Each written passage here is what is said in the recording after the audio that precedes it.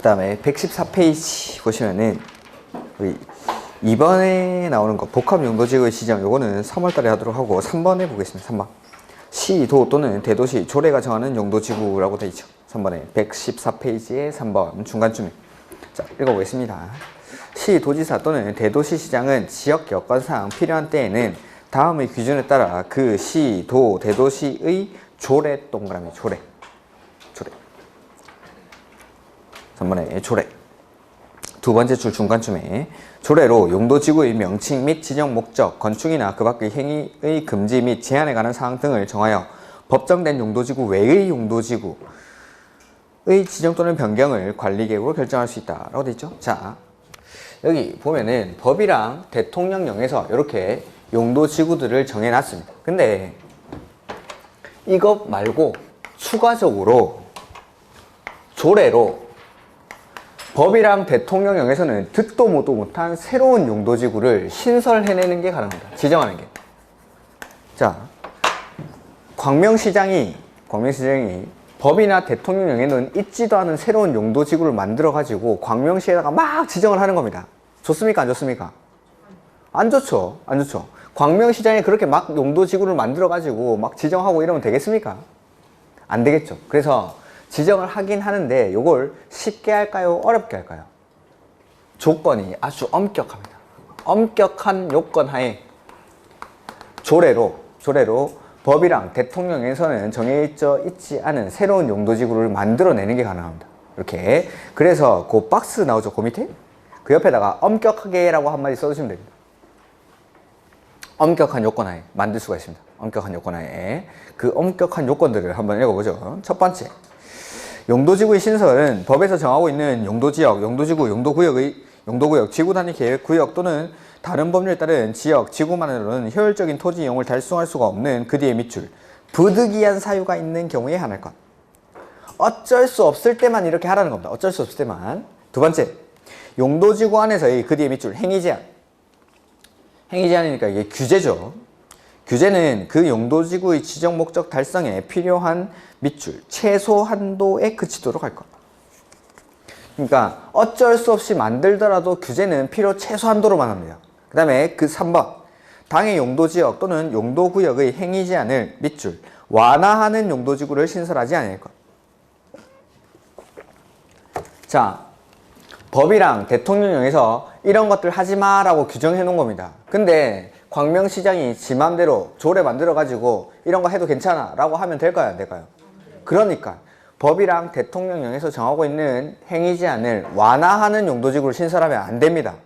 법이랑 대통령령에서는 하지 말라고 했는데 광명시장이 자기 마음대로 하라고 하면 안 되니까. 이렇게. 자, 다시. 요건은 그냥 한마디로 엄격하게 이런 것들을 할 수 있습니다. 만들어낼 수는 있는데 아주 엄격한 요건 하에. 그래서 첫 번째, 부득이한 사유가 있는 경우에 한해서, 그 다음에 행위 제한은 필요 최소한도로, 그 다음에 행위 제한을 완화하는 용도지구는 신설하지 아니할 것. 이렇게 세 가지 요건을 그냥 한마디로 말하면 아주 엄격한 요건 하에 용도지구를 만들어내는 게 가능합니다. 이렇게. 그 다음에 참고는 참고만 하시고 4번 방제지구의 의무적 지정, 이것도 다음에 하도록 하겠습니다. 자, 그 다음에 5번 115페이지에 5번 맨 밑에 도시군 계획 조례에 의한 용도지구의 세분이 나오죠. 시, 도지사는 지역 여건상 필요한 때에는 당의 시, 도 또는 대도시, 도시군 계획 거기 조례 동그라미 역시 조례로 정하는 바에 따라 밑줄 경관지구를 추가적으로 세분하거나 밑줄 중요시설물 보호지구 그 뒤에 밑줄 특정 용도 제한지구를 그 뒤에 세분하여 지정할 수 있다 밑줄 하시면 됩니다. 자, 여기 보면은 법이랑 대통령령에서 조례로 법이랑 대통령령에서 이렇게 용도지구를 정하고 있는데 조례로 여기서 듣도 보도 못한 새로운 용도지구를 만들어내는 게 가능합니다. 그 다음에 방금 읽은 건 조례로 여기 정해져 있는 용도지구를 추가적으로 더 세분하는 게 가능합니다. 그 세분 가능한 용도지구가 세 가지가 있죠. 첫 번째, 경관지구. 두 번째는 중요시설물 보호지구. 그 다음에 세 번째, 특정 용도 제한지구. 이렇게 세 가지. 조례로 새로운 용도지구를 신설하는 것도 가능하고 조례로 요 세 가지 용도지구를 세분하는 게 가능합니다. 세분하는 게.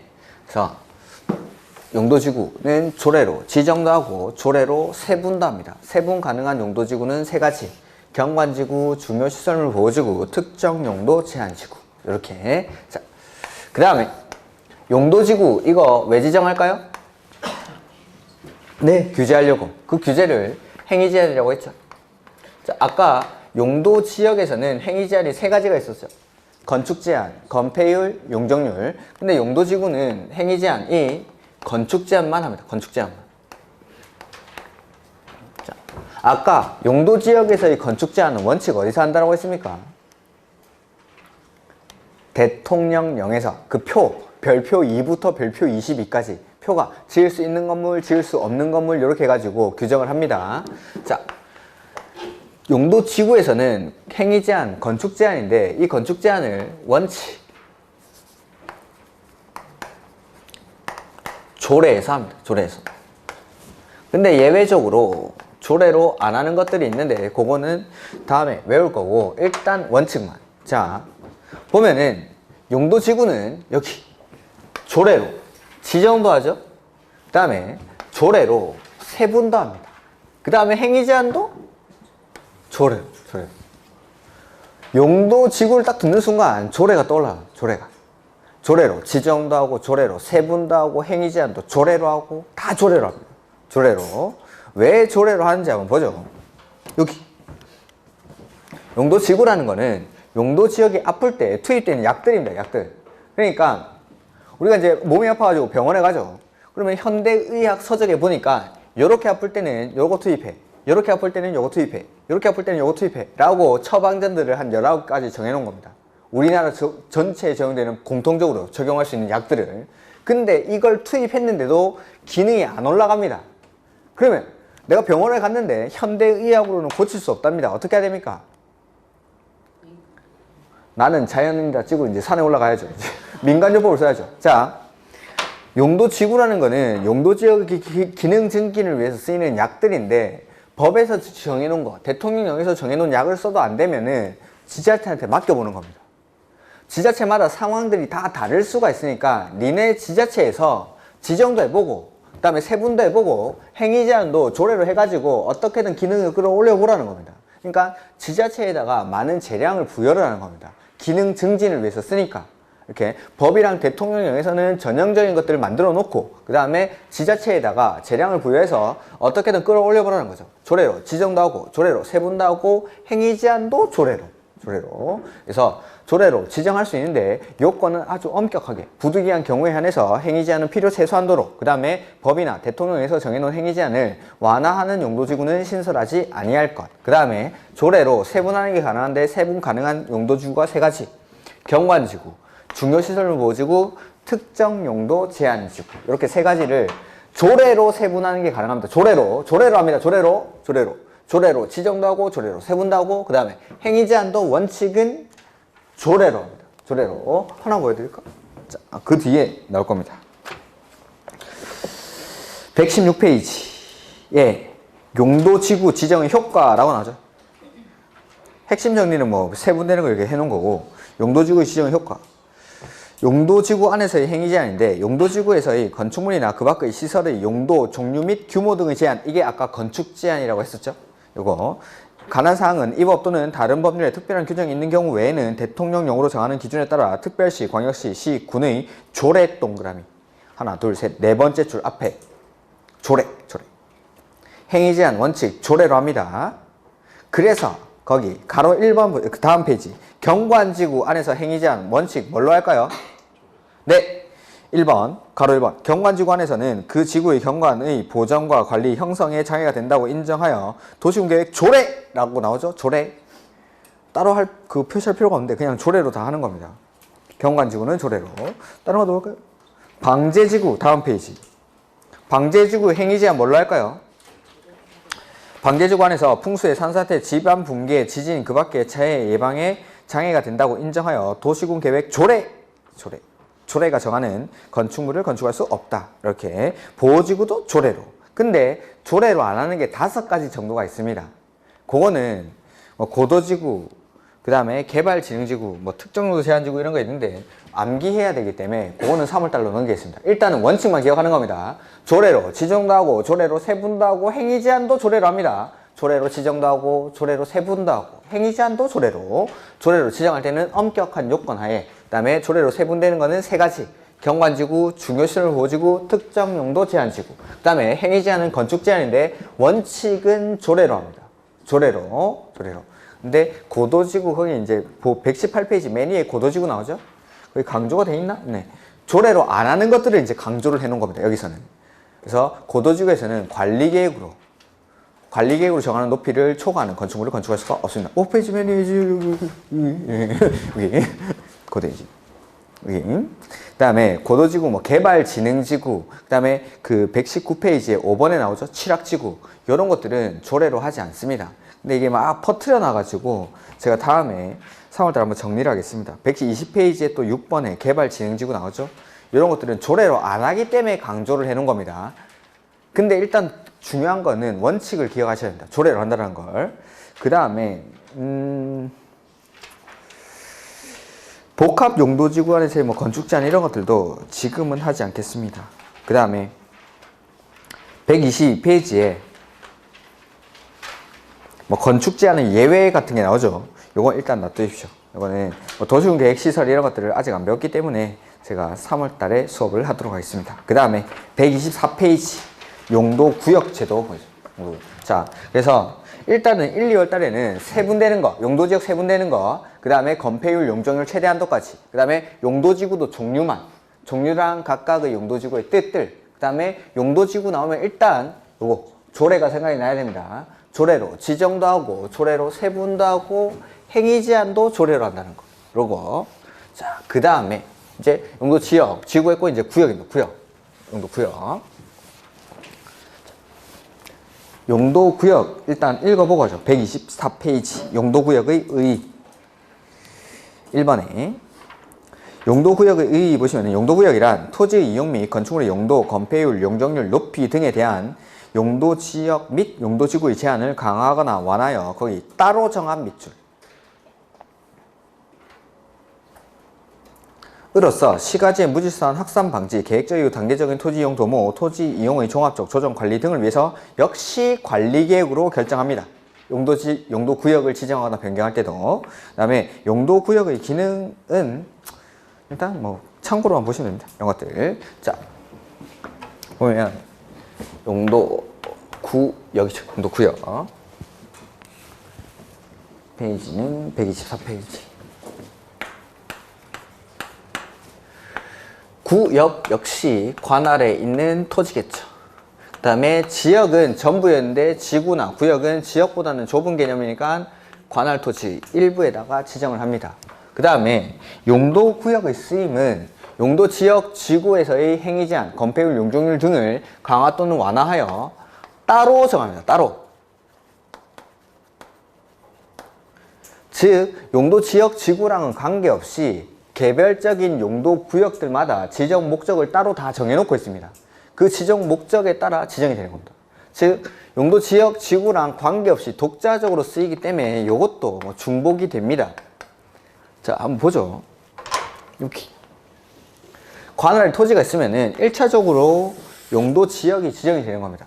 뭐 주거지역, 상업지역, 공업지역 이렇게 1차적으로 지정이 됐는데 이 주거지역의 기능이 떨어집니다. 그러면 이 떨어져 있는 기능을 끌어올려주기 위해서 2차적으로 투입되는 게 지역 위에 지구가 지정이 됩니다. 지역 위에 끌어올리기 위해서. 자, 지구가 하나 투입됐는데 기능이 안 올라가면 지구 두 번째 거 투입해도 됩니까? 네, 이렇게 지정했습니다. 근데 구역이라는 거는 지역 위에 지정하고 지구 위에 지정하는 게 아니라 각각의 용도구역들마다 지정하는 목적을 정해놨습니다. 자, 개발 제한구역을 지정하는 목적이 요 구역이 필요한 거예요. 요 구역에. 그러면은 지역, 지구랑은 관계없이 여기다가 지정을 해가지고 지역, 지구의 행위 제한을 강화 또는 완화합니다. 그 다음에 뭐 다른 구역의 지정 목적은 여기에 필요하다. 요 정도. 그러면은 여기다가 지정하는 거 여기다가.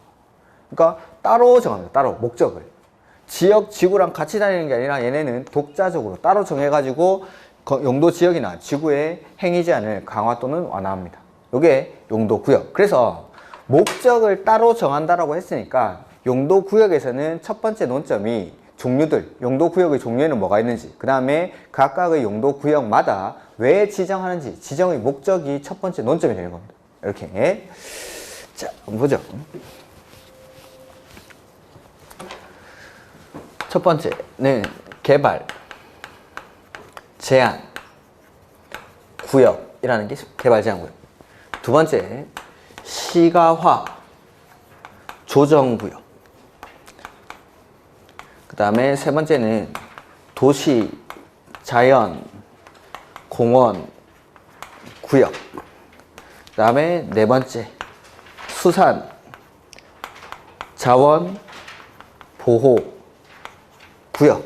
이렇게 크게는 네 가지. 그 다음에 여기 6번에 있는 입지 규제 최소 구역, 요게 만들어질 때 용도 구역의 일종으로 만들어졌습니다. 그래서 요새는 이 용도 구역을 5가지로 분류하기도 하는데, 일단은 요 네 가지 설명드리고 입지 규제 최소 구역은 따로 설명을 드릴 겁니다. 이렇게.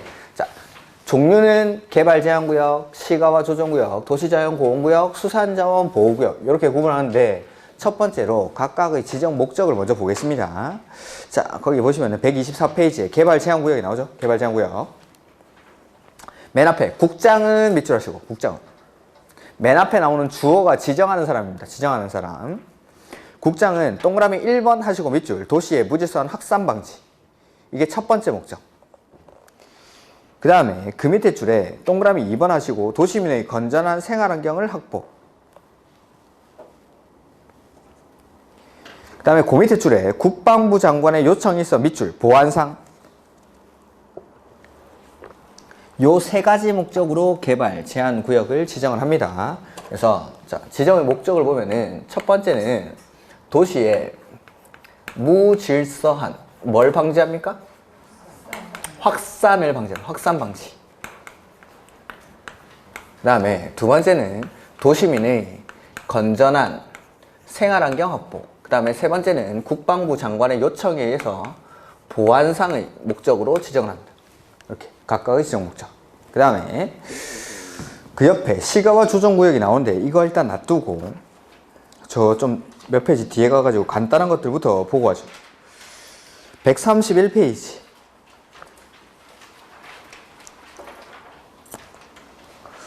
수산자원 보호구역부터 나오죠. 거기 4번에. 자, 그거부터 보겠습니다. 해양수산부 장관 밑줄 하시고, 해양수산부 장관은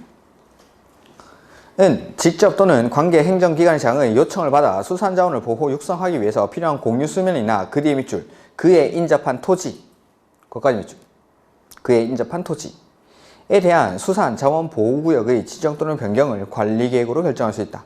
이렇게. 수산자원 보호구역은 말 그대로 수산자원을 보호, 육성하기 위해서 지정을 하는데, 중요한 건 수산자원 보호구역은 바다에만 지정하는 게 아니라 그에 인접한 토지에도 지정을 할 수가 있습니다. 토지에도. 그 다음에 도시자연보호구역 보시면은 가로 1번 시, 도지사 또는 대도시시장, 거기다 밑줄 하시면 되겠죠. 주어에 이 사람이 지정하는 사람은 도시의 자연환경 및 경관을 보호하고 도시민에게 건전한 여가 휴식 공간을 제공하기 위해서 도시적 안에서 식생이 양호한 산지의 개발을 제한할 필요, 거기까지 밑줄. 식생이 양호한 산지의 개발을 제한할 필요가 있다고 인정하면 도시자연보호구역의 지정 또는 변경을 관리계획으로 결정할 수 있다. 자, 그래서 도시자연보호구역을 지정하는 목적은 식생이 양호한 산지에서의 개발을 제한할 필요가 있을 때, 이럴 때 지정합니다. 자, 주말이 돼가지고 우리 집 뒷산에 올라가는 거죠. 뒷산에 올라갔더니만 소나무가 듬성듬성 이렇게 나와 있는 겁니다. 그렇게 오래된 것 같지도 않고 나무도 비실비실합니다. 이런 데 가가지고 우리는 어우, 식생이 양호하네 라고 하십니까? 아니죠. 식생이 양호하다라는 거는 막 아름드리 나무들, 수령이 30년, 40년씩 된 나무들이 쭉쭉 뻗어 있는데, 이런 나무들이 모여 있는 곳, 이런 데 가가지고 이제 우리는 식생이 양호하다라고 하죠. 여기 어디입니까, 여기? 도시지역 안에 있는 수목원이나 휴양림 같은데, 수령이 30년, 40년씩 된 나무들 그냥 막 베가지고 개발을 해버리면은 이렇게 나무를 또 키우는데 30년, 40년이 걸리는 겁니다. 그래서 이런 데서 함부로 개발하지 말라는 거죠. 식생이 양호한 산지에서의 개발을 제한할 필요가 있을 때, 요럴 때 지정하는 게 도시자연공원구역. 이런 데 와가지고 도시민들이 쉴 수 있는 곳입니다. 그런데 이게 도시자연공원구역. 그 다음에 수산자원보호구역은 말 그대로 수산자원을 보호, 육성하는 곳입니다. 이렇게. 그 다음에 다시 앞으로 넘어가가지고 시가와 조정구역 보시면 되겠죠. 시가와 조정구역이 양이 많죠? 당연히 이게 시험 문제니까 양이 많은 겁니다. 자, 125페이지. 맨 위. 시도지사 밑줄 하시면 되겠죠. 시도지사는 직접 또는 관계 행정기관의 장의 요청을 받아 도시지역과 그 주변 지역의 밑줄, 무질서한 시가화를 방지 하고 계획적, 단계적인 개발을 도모하기 위해서 밑줄 5년 이상 20년 이내의 기간 동안 시가화를 유보할 필요가 있다고 인정되면 시가화 조정구역의 지정 또는 변경을 관리계획으로 결정할 수 있다. 다만 밑줄 국가계획과 연계 하여 시가화 조정구역의 지정 또는 변경이 필요한 경우에는 밑줄 국장이 직접 시가화 조정구역의 지정 또는 변경을 관리계획으로 결정할 수 있다라고 되어 있죠. 이렇게. 나머지는 뭐 그렇게 지금은 보실 게 없습니다. 자, 보시면은 시가화 조정구역의 지정 목적은 도시지역과 그 주변 지역의 무질서한 뭘 방지한다고 되어 있습니까? 무질서한 시가화 방지가 목적입니다. 시가화 방지. 자, 개발 제한구역은 도시의 무질서한 확산을 방지하고, 시가화 조정구역은 도시지역과 그 주변 지역의 무질서한 시가화 방지. 그래서 무질서한 시가화를 방지하기 위해서 시가화를 일정 기간 유보시켜둔다. 유보. 그래서 이 시가화 조정구역을 시가화 유보구역이라고 부르기도 합니다. 얼마 동안 유보시키냐면 5년 이상 20년 이내의 기간 동안 시가화를 미뤄둡니다. 유보시켜둡니다. 이렇게. 자, 각각의 지정 목적을 가지고 이러한 용도 구역들이 어디에 지정되는지 한번 보죠. 항상 뭐 하는 거죠. 이렇게. 글자가 중요한 게 아니라 이런 것들이 우리 관내 내지는 우리 국토 안에서 어디에 지정되는지. 첫 번째, 여기 서울시가 있다고 보죠. 서울시. 서울시가 있으면은 첫 번째, 도시의 무질서한 확산을 방지하기 위해서 서울시가 밖으로 무한정 팽창해 나가는 걸 막기 위해서는 개발 제한 구역을 어디다 지정하면 되겠습니까? 서울시의 무질서한 확산을 방지하기 위해서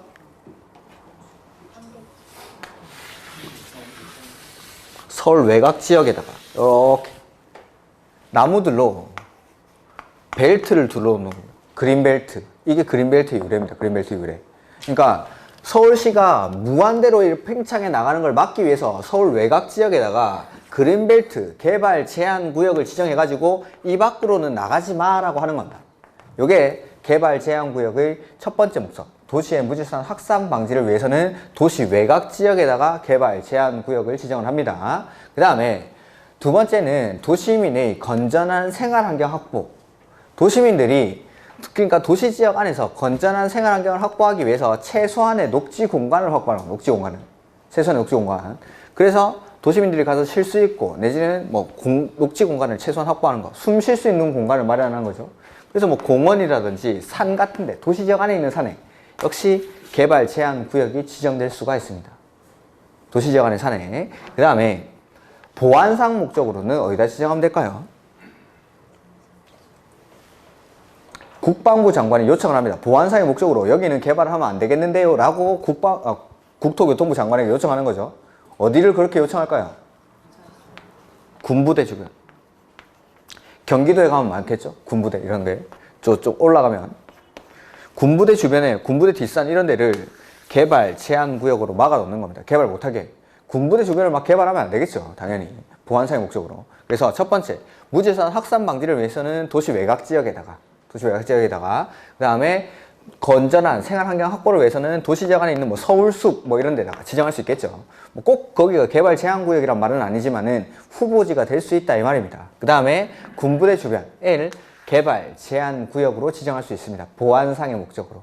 이렇게 이 세 군데가 개발 제한 구역으로 지정될 수 있는 후보지들. 그 다음에 도시자원 공구역은 아까 말씀드렸듯이 도시지역 안에 있는 휴양림이나 수목원. 그 다음에 수산자원 보호구역은 수산자원을 보호, 육성하기 위해서 양식업 많이 하는 요런 데, 공유수면에다가 지정을 하는데 그에 인접한 토지에도 지정을 할 수가 있습니다. 그 다음에 시가화 조정구역이 나오죠. 시가화 조정구역. 저거 한번 보죠. 시가와 조정구역은 도시의 무질서한 시가화를 방지합니다. 시가화를. 자, 여기 서울이 있고 그 옆에 A라는 신도시를 만들었습니다. 이럴 때 A라는 신도시가 무질서하게 시가화되는 걸 방지하겠다는 겁니다. 자, 도시가 하나 만들어지고 나서 이 도시가 가장 질서 있게 성장하는 모습은 도시 중심부를 기준으로 해서 이렇게 동심원을 그리면서 성장하는 게 가장 이상적인 형태로 질서 있게 시가화가 되는 겁니다. 근데 이 A라는 시가 만들어지고 나면은 가만 놔뒀더니만 이렇게 질서 있게 시가화가 안 되더라는 거죠. 자, A라는 도시가 만들어지고 나면은 1번, 2번, 3번, 4번 동일하게 이렇게 동심원을 그리면서 성장을 해야 되는데 어느 쪽으로만 성장을 급격하게 합니까? 1번. 큰 도시 쪽으로 붙으려고 하는 겁니다. 우리도 권력 있고 돈 있고 한 사람한테 붙어가지고 뭐라도 콩고물 떨어지게 그렇게 하려고 하듯이 도시도 마찬가지. 모든 수요가 이쪽에 몰려 있으니까 이쪽으로 계속 붙으려고 하는 거죠. 기반시설도 이쪽으로 깔리고 수요가 이쪽들에 있으니까. 그래서 이 A라는 시를 가만 놔뒀더니만 1번 쪽으로 급격하게 시가화가 되더라는 겁니다. 그러니까 동심원을 그리면서 이렇게 질서 있게 성장을 해야 되는데 이쪽으로 1번 쪽으로만 삐쭉 튀어나오는 거죠. 이게 바로 무질서한 시가화입니다. 이렇게 삐쭉 튀어나온 거 이걸 막기 위해서 이쪽에 시가화가 예상되는 이쪽을 시가화 조정구역으로 지정합니다. 그래서 시가화 조정구역으로 지정하고 나서 여기의 시가화를 유보시켜줘요. 유보. 얼마 동안? 5년에서 20년 이내의 기간 동안 유보시켜둡니다. 자, 이쪽의 시가화를 막아버리면 A라는 도시는 성장을 합니까? 안 합니까? 하죠? 하죠.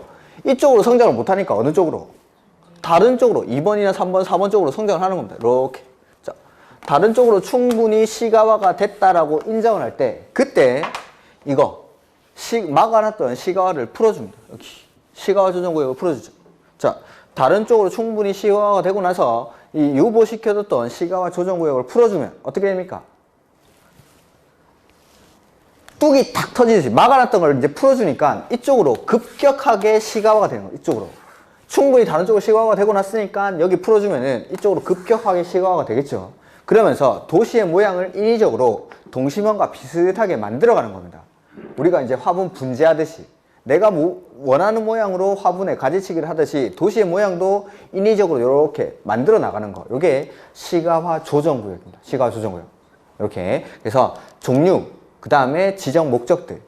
요까지 지정 목적들. 그 다음에 요 지정 목적을 가지고 우리 관내 내지는 우리 국토 안에서 이러한 용도 구역들은 어디에 지정되는지를 한번 생각해 보시면 됩니다. 그 다음에 세 번째는 누가 지정하냐, 누가 지정하는지. 그거는 이미 밑줄은 다 쳤습니다.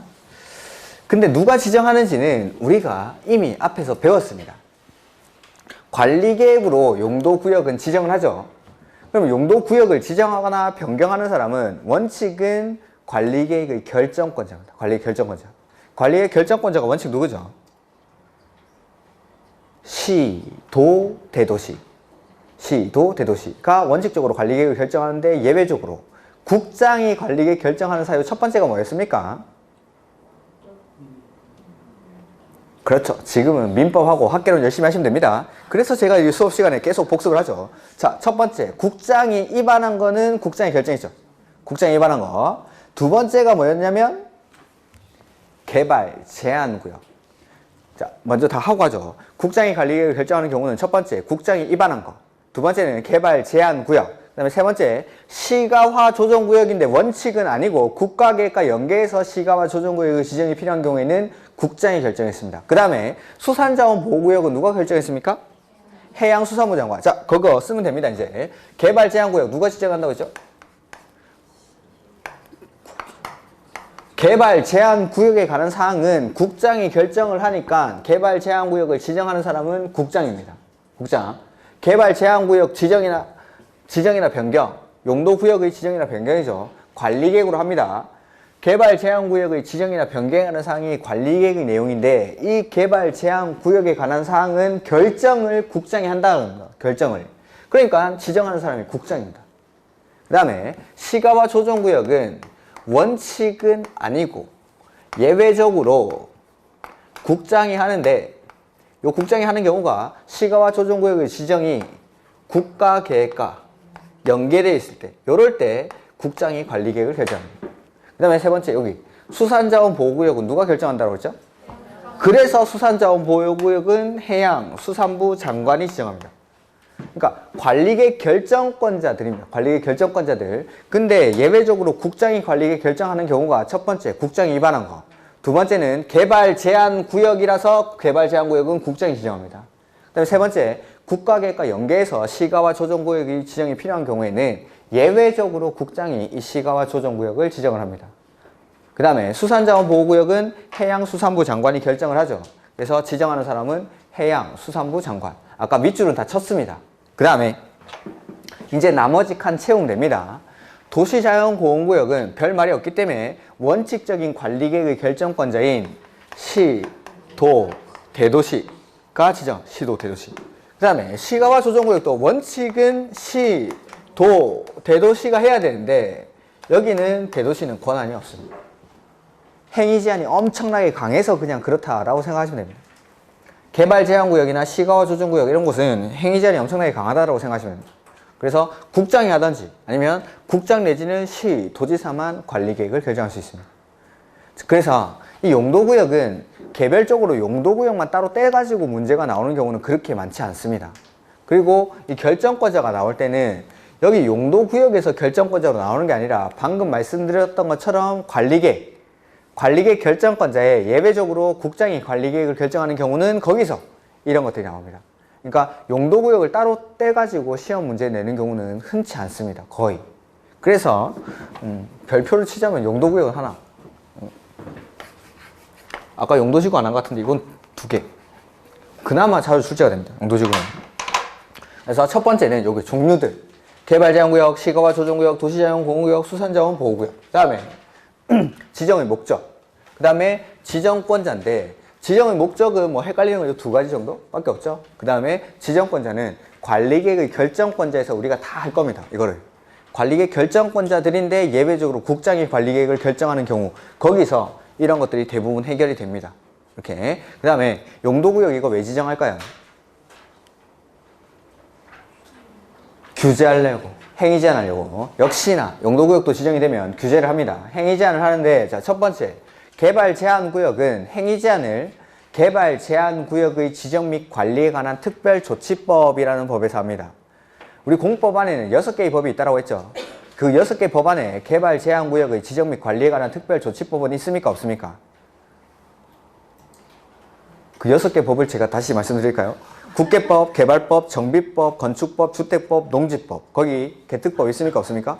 없죠. 우리 시험 범위가 아닙니다. 즉 개발 제한 구역의 지정 및 뭐 거기에 관한 행위 제한에 관한 사항은 따로 법률로 정한다. 끝입니다. 끝. 그냥 따로 법률로 정한다 하고 끝나는 겁니다. 그 따로 법률이 뭔데라고 물어본다면은 개발 제한 구역의 지정 및 관리에 관한 특별조치법. 이걸 줄여서 개특법이라고 부릅니다. 개특법. 우리 시험 범위가 아니니까 배울 필요가 없습니다. 두 번째, 요거 도시자연공원구역 역시 규제를 하는데 그 규제를 도시공원 및 녹지 등에 관한 법률에서 합니다. 우리 시험 범위가 아닙니까? 역시 마찬가지 도시자연공원구역에서의 행위 제한에 관한 사항은 따로 법률로 정한다. 끝. 그 다음에 수산자원보호구역은 행위 제한을 수산자원관리법에서 합니다. 역시나 마찬가지 따로 법률로 정한다. 끝. 그러니까 여기 용도구역에서는 문제 낼 게 없습니다. 그래서 요 지정권자를 관리계 결정권자랑 결합해서 내는 경우가 많습니다. 근데 만약에 문제가 나오죠. 이거 한번 이거. 시가와 조정구역에서의 행위 제한은 우리 국계법에서 정합니다. 국계법에서. 그게 이제 126페이지부터 해서 쭉 나오고 있죠.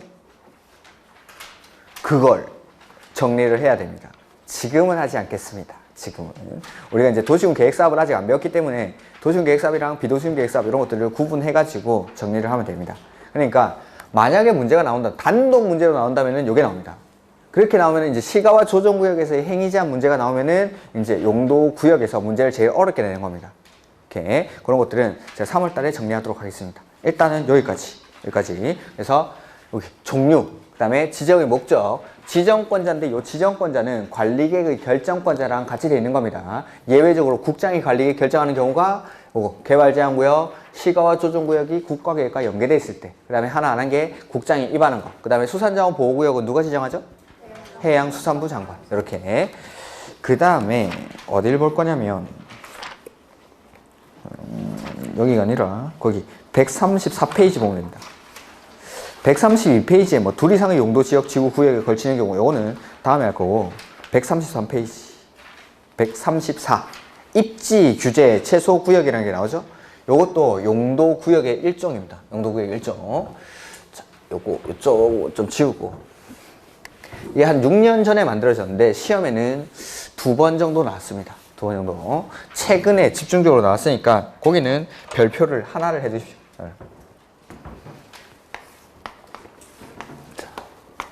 입지, 규제, 최소, 구역. 입지, 규제, 최소, 구역. 자, 요거는 제가 요렇게 끊어서 설명을 드립니다. 구역으로 끝났으니까 이건 용도 구역의 일종입니다. 구역으로 끝난다고 해서 무조건 용도 구역은 아니지만 이 입지 규제 최소 구역은 용도 구역이 맞습니다. 그 다음에 목적은 규제를 최소화해 주는 겁니다. 규제를. 그럼 이제 우리가 해결해야 되는 게 요 입지입니다. 요 입지가 어딘지. 자, 요걸 해결해 보죠. 134페이지. 맨 밑에 입지 규제 최소 구역의 지정 등 해가지고 나오죠. 별표는 하나 정도. 밑줄. 맨 앞에 밑줄 하십시오. 도시군 관리계획의 결정권자. 관리계획 결정권자가 누구죠? 그렇죠. 시, 도, 대도시, 예외적으로 국장. 그러니까 시, 도, 대도시도 지정할 수 있고 국장도 지정할 수 있는 겁니다. 도시지역에서 복합적인 토지 이용을 증진시켜 도시 정비를 촉진하고 지역, 거기 밑줄, 지역 거점을 육성할 필요가 있다고 인정되면 다음의 어느 하나에 해당하는 지역과 그 주변 지역의 전부 또는 일부를 입지 규제 최소 구역으로 지정할 수 있다. 즉 지역 거점을 육성하는 게 목표입니다. 지역 거점을 육성하는 거. 첫 번째 보시면은 도시군 기본계획에 따른 도심, 부도심 또는 생활권의 중심지역. 이거 외우는 거 아닙니다. 그냥 한번 읽어보는 겁니다. 도심이나 부도심이니까 최근에 만들어진 곳이 아니라 이것은 원래 예전부터 광명시, 서울시의 중심지 역할을 하던 곳입니다. 원래 예전부터. 그 다음에 두 번째, 철도 역사, 터미널, 항만, 공공청사, 문화시설 등의 기반시설 중 지역 거점 역할을 수행하는 시설을 중심으로 주변 지역을 집중적으로 정비할 필요가 있는 지역. 서울역, 용산역 뭐 이런 데. 용산역. 이런 오래된 철도 역사들 내지는 버스 터미널, 서울의 그 남부 터미널 같은 데 있죠. 서울 고속터미널 이런 데 주변. 그 다음에 세 번째, 3개 이상의 노선이 교차하는 대중교통 결절지로부터 1km 이내에 위치한 지역. 여러 개의 노선들이 교차를 하니까 당연히 중심지겠죠. 여기는 여러 개. 그 다음에 4번, 도시및 주거환경정비법에 따른 노후불량 건축물이 밀집한 주거지역 또는 공업지역으로 정비가 시급한 지역. 노후불량 건축물이 밀집해 있는 낙후된 지역이다 이 말입니다. 그러니까 최근에 만들어진 지역이 아니라 예전부터 개발이 돼 있던 지역. 그 다음에 5번, 도시재생 활성화 및 지원에 관한 특별법에 따른 도시재생 활성화 지역 중 같은 법에 따른 도시경제 기반형 활성화 계획을 수립하는 지역. 역시 마찬가지. 도시를 재생하겠다는 겁니다. 재생. 다시 재활용하겠다는 거죠. 그러니까 최근에 만들어진 게 아니라 오래된 것들. 그 박스 옆에다가 한마디로 요 입지들은 구도심이라고 하시면 구도심. 따로따로 외우지 마십시오, 이건. 그냥 한마디로 구도심. 즉, 자, 여기는 뭐 신도시니까 그런 일이 없지만 조금 지방으로 내려간다든지 아니면은 서울만 해도 요렇게. 도시 규모가 작을 때는 도심지가 하나밖에 없습니다. 그러다가 도시가 성장해 나가면은 도심을 하나 더 만듭니다. 그 다음에 교통이 발달하면서 외곽지역이 발달하면 여기 외곽지역에 있던 노후불량 건축물을 싹 밀어버리고 주거지와 함께 부도심을 하나 만드는 거죠. 싹 밀고. 그 다음에 여기도 싹 개발해가지고 주거지 만들고 부도심을 하나 더 만듭니다. 그 다음에 싹 밀고 부도심 하나 만들고, 싹 밀고 부도심 만들고, 싹 밀고 부도심 만들고. 이렇게. 도심이 한 2개, 서울은 도심이 3개 정도 있습니다. 부산 같은 데는 2개, 뭐 대구 같은 데는 하나 정도 있습니다. 이렇게. 도심지가 서울에는 뭐 종로, 그 다음에 영등포, 강남 이런 식으로 3개가 있습니다. 도심지. 그 다음에 그 도심지 바깥에다가 외곽 지역에 부도심들이 만들어지는 거죠. 이 부도심, 도심과 도심 세 군데랑, 종로는 이쪽에 있어야 되는 종로, 영등포, 그 다음에 여기 강남, 이렇게 세 가지. 그 다음에 외곽 지역들, 부도심. 이 세 가지를 교통망을 연결하고, 그 다음에 이 도심지에서 부도심으로 교통망을 이렇게 연결하는 이런 계획들이 다 기본 계획에 잡혀 있습니다. 이렇게 외곽 지역들을 또 연결하고, 이런 식으로. 자, 도시라는 거는 아까 개발제한국에서 보시다시피 무한적으로 무조건 막 팽창하는 게 아닙니다. 개발제한구역으로 요까지 이상은 성장을 하지 마라고 정해놓은 거죠. 그러면은 여기 도심지들이 있고 부도심지를 개발했습니다. 그러고 나니까 더 이상 싹 밀고 새롭게 개발할 곳이 없더라는 거죠. 그러다가 이제 눈을 돌린 곳이 어디냐면 원래 도심지 역할을 하던 종로, 낙원상가 주변 여기를 한번 개발해보자라는 겁니다. 여기. 근데 여기 낙원상가 이런 것들은 60년대, 70년대 이런 데 개발되다 보니까 노포들이 밀집해 있는 지역이죠. 이런 노포들이 밀집해 있는 지역을 지금의 건축 규제를 그대로 갖다 대서 개발을 하려고 하니까 개발이 됩니까? 안 됩니까? 지금이랑은 그때랑은 상황이 엄청나게 다른데 지금의 규제를 그대로 갖다 대니까 여기를 개발을 할 수가 없더라는 겁니다. 자, 예전에 개발이 된 곳을 다시 살렸어야 되는데 지금의 규제를 그대로 갖다 대니까 거기를 개발할 수가 없어서 규제를 최소화해 주겠다는 거죠. 규제를 최소화해 주고 일정한 규제들을 완화를 해줍니다. 완화를 해주고 나서 이 지역들을 낙후된 지역으로 그냥 방치해버리는 게 아니라 다시 한번 살려보자 라는 게 입지 규제 최소구역입니다. 그래서 이 입지 규제 최소구역으로 지정될 수 있는 지역은 구도심, 이거를 뭐 신문지상에는 보면은 원도심 이렇게 부르는 겁니다. 구도심 내지는 원도심. 그러니까 개발이 시작되는 곳이 아니라 원래 개발이 돼 있던 곳들, 이런 곳을 규제를 완화해주면서 다시 한번 살려서 써보자 라는 게 입지 규제 최소구역입니다. 입지 규제 최소구역. 자, 입지 규제 최소구역은 먼저 어디서 규제를 완화해줄지를 지정을 먼저 합니다. 지정. 그 다음에 이 입지 규제 최소구역에서 어떠한 규제를 어떻게 완화해줄지에 대한 것들은 계획 만들어서 합니다. 계획 만들어서. 입지 규제 최소구역 계획을 수립해서. 이렇게. 아까, 자, 용도 지역에서는 건축 제한을 원칙 대통령령으로 했습니다. 그 다음에 용도 지구에서는 행위 제한을 조례로. 그 다음에 용도 구역은 각각 개별 법률에서 행위 제한을 했죠. 근데 입지 규제 최소구역은 요거 계획 만들어서. 자, 입지 규제 최소구역 지정 어떻게 합니까? 네. 다시 이쪽 가보죠. 자, 여기. 그냥 쓰는 게 아닌데. 입지 규제 최소구역 지정하는 거 일정한 절차를 거쳐서 하는데 그 절차가 계획이고 그 계획이 관리계획이죠. 그러면 입지 규제 최소구역을 지정할 때는 입안, 결정, 고시라는 관리계획 절차를 거쳐야 합니다. 그 다음에 지정하고 나면은 규제를 완화할지, 뭐 어떻게 완화할지, 어떤 걸 완화할지는 계획 만들어서 합니다. 입지 규제 최소구역 계획을 만드는데 입지 규제 최소구역 계획은 어떻게 만들까요? 입지 규제 최소구역 계획을 수립하는 것도 관리계획으로, 지정하는 것도 관리계획으로 하고 입지 규제 최소구역 계획을 수립하는 것도 관리계획으로. 즉, 자, 여기 오시면은 어디 구도심 중에 다시 살릴 곳을 지정을 하는데 지정할 때 입안, 결정, 고시라는 관리계획 절차를 거칩니다. 계획 만들 때도 지정해놓고 나서 그 다음에 계획 만들 때도 입안, 결정, 고시라는 절차를 거칩니다. 그래서 이 입지 규제 최소구역을 지정하는 사람이 관리계획의 결정권자. 너무 대충 썼네. 관리계획의 결정권자. 그래서 시, 도, 대도시 예외적으로 국장이 입지 규제 최소구역을 지정합니다. 계획 수립하는 사람도 관리계획의 결정권자입니다. 결정권자. 그 다음 뭐 여기 협의하고 심의하고 하는 겁니다. 결정하기 전에. 여기도 마찬가지 협의하고 심의하고. 이렇게 협의하고 심의할 때 특별한 절차들이 몇 가지 있는데 그거는 다음에 하겠습니다. 일단 지금은 입지 규제 최소구역은 용도구역의 일정으로 여기 구도심에 지정한다라는 거. 그 다음에 여기 먼저 지정을 해주고 나서 행위 제한은 계획 만들어서 입지 규제 최소구역 계획을 수립합니다. 자, 보죠. 그래서 방금 보신 게 그 박스에 있는 게 구도심. 여기 절대 들어가면 안 되는 게 개발이 이제 막 시작되는 곳. 도시개발구역, 경제자유구역, 택지개발지구 막 이런 것처럼 이제 막 닦아가지고 개발 시작하는 데는 입지 규제 최소구역의 지정 대상이 아닙니다. 이렇게. 그 다음에 입지 규제 최소구역의 내용이 나오죠. 입지 규제 최소구역 계획의 내용. 그리고 행위 제한을 뭘 완화해 줄지 이런 겁니다. 그 다음에 1번에 보시면은 건축물의 용도, 종류 및 규모 등의 관한 사항. 이거 건축 제한이라고 했죠. 오늘 몇 번 말했습니다. 건축 제한. 그 다음에 두 번째 건폐율, 용적률 높이. 그 다음에 3번 기반시설 확보에 관한 사항. 요런 것들 따로따로 외울 필요 없습니다. 이거 요런 것들이 입지 규제 최소구역 계획의 내용에 들어갈 수 있는 사항들.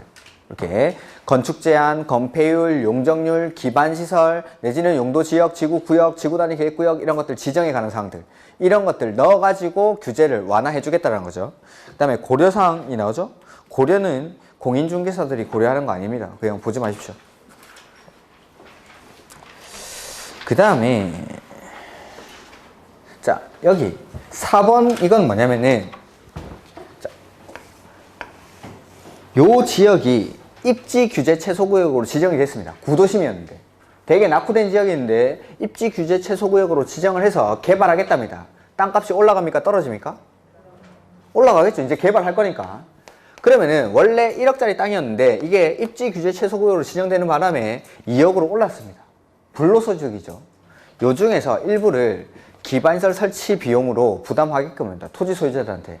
말도 안 되는 소리입니까? 그 정도는 뭐 감당할 만합니까? 한 푼도 내기 싫습니까? 돈 내라 하는 건 일단 싫습니까? 이거 불로소득이죠. 입지 규제 최소구역으로 지정하는 바람에 그냥 가만 앉아 있었는데 1억이 오른 겁니다. 땅값이. 그 토지 가치 상승분의 범위 안에서 개발할 거니까 기반시설 설치 비용으로 일부를 요 토지 소유자들한테 부담시킬 수가 있습니다. 개발하는 사람들한테. 이렇게. 그게 4번에 관한 내용인데 한번 보면 입지 규제 최소구역 계획 수립 시 용도, 건폐율, 용적률 등의 건축 제한 완화는 기반시설 확보 현황 등을 고려해서 적용할 수 있도록 계획하고, 즉 기반시설이 부족한데 그냥 막 풀어주지 말라는 거죠. 시, 도지사, 시장, 군수, 구청장은 입지 규제 최소구역에서의 개발 사업 또는 개발 행위에 대해서 입지 규제 최소구역 계획에 따른 기반시설 확보를 위해서 필요한 부지 또는 설치 비용의 전부 또는 일부를 개발하는 사람한테 부담시킬 수 있습니다. 근데 너무 많이 부담시키면 안 된다는 거죠. 그래서 그 밑에 줄에 맨 끝에 토지 가치 상승분을 초과하지 아니하도록 한다라는 거. 1억이 올랐으면은 1억의 범위 안에서 여기 기반시설 설치하기에 돈 좀 내라는 겁니다. 이렇게 요 정도는 뭐 할 수 있죠. 나머지는 뭐 됐습니다. 나머지는 좀 암기사항들도 있고 하니까 일단은 놔두십시오. 그래서 7번만 한번 보죠. 입지 규제 최소구역에서의 행위 제한 규제입니다. 규제는 뭘로 한다고 했습니까? 계획 만들어서.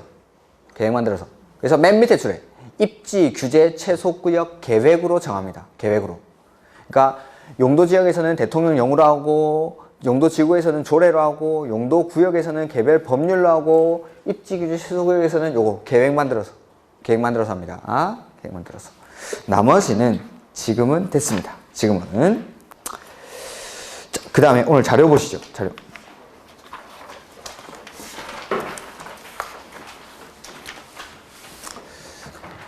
자, 1번 보겠습니다. 단독주택 중심의 편리한 주거환경을 보호하기 위한 지역은 일종 전용 주거지역이다. 어디가 틀렸습니까? 네, 편리가 아니라 전용은 양호죠. 네, 편리를 양호로 바꾸시면 되고. 2번 공동주택을 중심으로 편리한 주거환경을 조성하기 위해서 필요한 지역은 이종 일반 주거지역이다. 이거 뭐에 관한 설명입니까? 공동 편리. 말도 안 되는 소리죠, 이건. 그렇죠. 공동주택 중심으로 양호한 주거환경을 조성하기 위해서 필요한 지역은 제2종 전용 주거지역이다. 뭐 이렇게 바꾸든지. 뭐 바꿀 게 여러 가지가 있죠. 이렇게. 2종 일반 주거지역은 중층 주택 중심으로 편리한 주거환경. 이렇게 바꾸셔도 되고. 이렇게 맨 앞에 공동주택을 중층으로 바꾸셔도 되고. 여러 가지로. 3번. 환경을 저해하지 아니하는 무슨 공업지역입니까? 일반 공업지역. 중공업지역이 아니라 일반 공업지역. 중공업지역은 경공업, 그 밖에 공업을 수용하되 주거기능이나 업무기능, 내지는 상업기능의 보완이 필요한 지역. 이런데. 그 다음에 4번. 도시의 녹지공간 확보, 도시의 확산 방지, 장래의 도시용지 공급 등을 위해서 보존할 필요가 있는 지역으로서 불가피한 경우에 한해서 제한적인 개발이 허용되는 지역은 녹지지역 중에 개발이 되는 곳이 자연녹지. 생산녹지는 개발이 유보되어 있는 지역. 여기는 제한적인 범위이긴 하지만 개발이 허용되는 지역은 자연녹지 지역. 자연녹지지역. 그 다음에 5번. 오늘 한 거죠. 공유 수면의 매립 목적이 그 매립 구역과 이웃하고 있는 용도 지역의 내용과 같으면 특례에 해당합니까? 안 합니까? 같으면 특례에 해당하죠. 그래서 도시군 관리계획의 입안 및 결정 고시를 빼야죠. 고시를. 입안에서 결정까지만 생각되고 고시는 생각이 안 되죠. 입안에서 결정 절차 없이 그 매립 준공 구역은 매립 준공 인가일부터 이웃하고 있는 용도지역으로 지정된 것으로 본다. 네, 고시가 들어가면 안 됩니다. 공유수면 매립지에서의 특례는 입안에서 결정까지만 생각되는 것. 그 다음에 6번. 요거는 우리가 아직 안 했는데 농공단지 X라고 하시면 됩니다. 아까 국가산업단지, 일반산업단지, 도시첨단산업단지 이런 것들이 지정이 돼야 거기를 도시지역으로 보는 경우입니다. 도시지역으로 보는 특례 중에 있는 겁니다. 이거에. 그 다음에 7번도 아까 대충 설명드린 건데 도시지역을 맨 앞에 있는 도시지역 거기다 X 쳐놓고 그걸 관리지역으로 바꿔야 됩니다. 관리지역에서 바뀌어야 된다고 했죠. 관리지역에서 농지법에 따른 농업진흥지역이 지정된 지역은 농림지역으로 보고 관리지역에 있는 산림 중에서 보전산지로 지정된 지역은 농림지역 또는 자연환경 보전지역으로 봅니다. 그래서 맨 앞에 있는 글자입니다. 맨 앞에 있는 도시지역이 도시지역이면 안 되고 관리지역이어야 됩니다. 요건 이제 3월달 가면 해결됩니다. 자, 유통산업지역은 건폐율 최대 한도가 중심, 일반, 유통, 근린, 90, 80, 80, 77, 70, 5, 6, 5, 7에 9, 8, 8, 7이니까 80이죠. 용적률 최대 한도는 1100, 중심, 일반, 유통, 근린이니까 1500, 1300, 1100, 900 이렇게. 그 다음에 계획관리지역, 건폐율은 40 맞죠? 녹지지역, 공업지역은 셋 다 777, 녹지지역은 셋 다 222, 계획관리만 40, 건폐율. 건폐율은 40, 공업지역은 셋 다 70, 녹지지역은 셋 다 20, 계획관리만 40이고 나머지는 다 20. 그 다음에 용적률 최대 한도는 100이죠. 자, 녹지지역은 도시지역이니까 100이 2개고 80이 하나였죠. 용적률 최대 한도가. 80인 게 어디였습니까? 보전녹지가 80, 나머지는 100, 100. 관리지역은 비도시지역이니까 100이 하나고 80이 2개인데 어디가 100이었죠? 계획관리가 100, 나머지는 80, 80. 그래서 계획관리지역 용적률 최대 한도는 100입니다. 그 다음에 준주거지역 건폐율 최대 한도는 70이죠. 5, 6, 5, 7. 5, 6, 5, 7. 그 다음에 용적률 최대 한도는 500. 자, 제1종 전용 주거지역 용적률이 얼마부터 시작합니까? 100부터 얼마씩 더 해나가죠? 100, 150, 200, 250, 300 하면 이게 3종 일반 주거지역이고 준주거지역은 500. 네, 500. 이렇게. 자, 그 다음에 녹지지역, 관리지역, 농림지역 또는 자연환경 보전지역 안의 칠학을 정비하기 위해서 필요한 지구는 자연칠학지구. 근데 집단칠학지구는 어디다 지정하는 거였죠? 개발, 제한, 구역에 지정하는 거. 이렇게 어디에 지정하느냐를 가지고 자연칠학지구, 집단칠학지구로 구분합니다. 녹지, 관리, 농림, 자연환경 보전지역에 지정되면은 자연칠학지구. 그 다음에 개발, 제한, 구역에 지정되면은 집단칠학지구. 이렇게. 자, 12번. 지역의 토지 이용 상황, 개발 수요 및 주변 여건 등을 고려하여 효율적이고 복합적인 토지 이용을 도모하기 위해서 특정 시설의 입지를 강화할 필요가 있는 지구는 복합용도지구다. 복합용도지구는 특정 시설의 입지를 강화합니까? 완화합니까? 완화. 네, 강화가 아니라 완화로 바꿔야 됩니다. 완화로. 그 다음에 시, 도지사 또는 대도시시장은 지역 여건상 필요한 때에는 해당 시, 도 또는 대도시의 도시군계획 조례로 정하는 바에 따라 추가적으로 세분되는 곳이 3가지가 있었는데 경관지구, 중요시설물 보호지구, 특정용도 제한지구 이렇게 3가지를 조례로 세분할 수 있습니다. 그래서 맨 앞에 고도지구가 아니라 경관지구로 바꿔야 됩니다. 나머지는 맞는 것 같고 나머지는 맞고 그 13번에 고도지구를 경관지구로 바꿔주셔야 됩니다. 경관지구로. 그 다음에 자 용도지구 행위제한 원칙 뭘로 합니까? 조례로. 그러니까 경관지구 안에서는 그 지구의 경관, 보전, 관리, 형성에 장애가 된다고 인정하여 도시군 관리 계획이 아니라 도시군 계획 조례로 해요. 도시군 계획 조례. 정답은 그 14번에 용도지구에서 행위제한은 원칙적으로 도시군 계획 조례에 의한다 라고 되어 있죠. 정답에. 그러니까 도시군 관리 계획이 아니라 조례로 한다라고 해요. 조례. 15번. 시도지사는 직접 또는 관계 행정기관의 요청을 받아 도시의 무질서한 확산을 방지하는 곳이 어디죠?